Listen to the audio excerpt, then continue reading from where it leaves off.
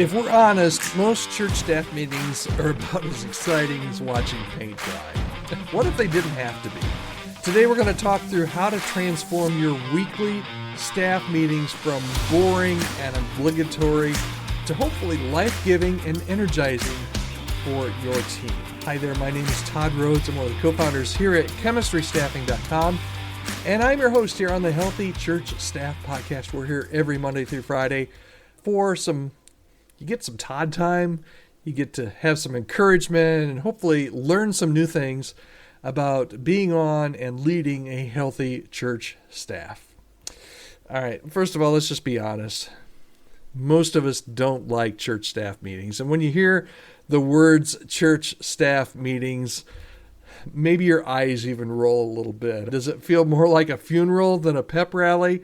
If your meetings are just long lists of updates and calendar reviews, you're probably most likely wasting your team's time, and you're missing a huge opportunity for impact. And today I want to try and help you start to fix that. We can't do that in a 6 or 7 minute podcast, but we'll get started anyway today, and I'll show you how hopefully you can turn some of these boring meetings that you've been having into something that your team might actually even look forward to. So stick around, and hopefully you and your team will say thank you for making our meetings much better. All right, so let's look at about 6 different things here that I think suggestions, ideas for you as you think about your next church staff meeting. First of all, is just rethink the purpose. It's not a lecture, it's a huddle, okay? So start seeing your staff meetings as a team huddle, not a leadership dialogue and not something that's mundane, okay? This is your opportunity. This is your chance to align your vision and to build morale and to foster collaboration and not just distribute information. So if your meetings could have been an email, it probably shouldn't have been a meeting. Okay, let me repeat that because I think that's really good, solid advice. If your staff meeting that's regularly scheduled could have been an email, it probably should have been an email. It shouldn't have been a meeting. Okay, so here's your pro tip for this area.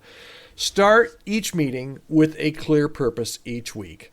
What do you need to solve? What do you need to celebrate? What do you need to decide? Okay, those are 3 really important things. So that's step number 1. Step number 2, start with energy. Break the ice and celebrate some wins. And we talk about celebrating wins all the time here on the podcast. And you know why I keep talking about it? Because we suck at it. We don't do a very good job at celebrating wins in most of our churches. So kick things off with something human. Maybe it's a laugh. Maybe it's a story. Maybe it's a celebration. Maybe you highlight a win. Maybe it's a big win that you just had. But maybe it's a small win that nobody on your team even knows about. Maybe it's an email that you received or something that you heard somebody say that just made your day. Did a volunteer go above and beyond? Maybe that's something that you celebrate. Did someone crush their goals this past week? Something to celebrate, because this is going to set the tone. You're reminding everybody that what they do matters. And here's a bonus tip. Maybe you rotate who shares the win of the week. It doesn't always have to come from you. Give somebody else a voice because they're going to absolutely love to share a celebration with the rest of your team. All right, so that's step number 2. Step number 3, make it interactive. Engage everybody. Engage every voice. Nobody wants to be talked at. They want to be talked with. So there are tools online that you can use to gather some real-time feedback if you have a larger staff. But even if you're in person, have folks pull out their phones, and you can use a voting type app. There's a bunch of those out there. You can ask anonymous questions, and you'll get more honest feedback. So try role-playing some of these real-life scenarios that your staff face. It's fun and practical, and it throws a curveball into everything and makes it very unpredictable, which creates some excitement. Okay?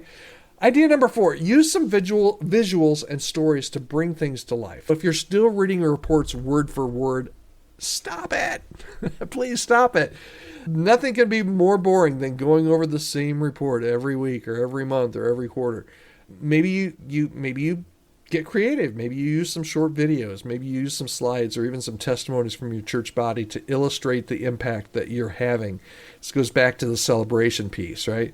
Visuals and narratives are going to stick in the brain, but bullet points just don't. So do you want to discuss giving trends? Maybe show a graph. Want to highlight a discipleship win? Maybe share a personal story rather than just giving out information. And number 5, and we've got just one more of these, I think. I've got 6 of them for you here today. Number 5 is focus on ministry impact, not just logistics. Now, yeah, you have to talk about schedules and calendars, but a lot of meetings just stop there.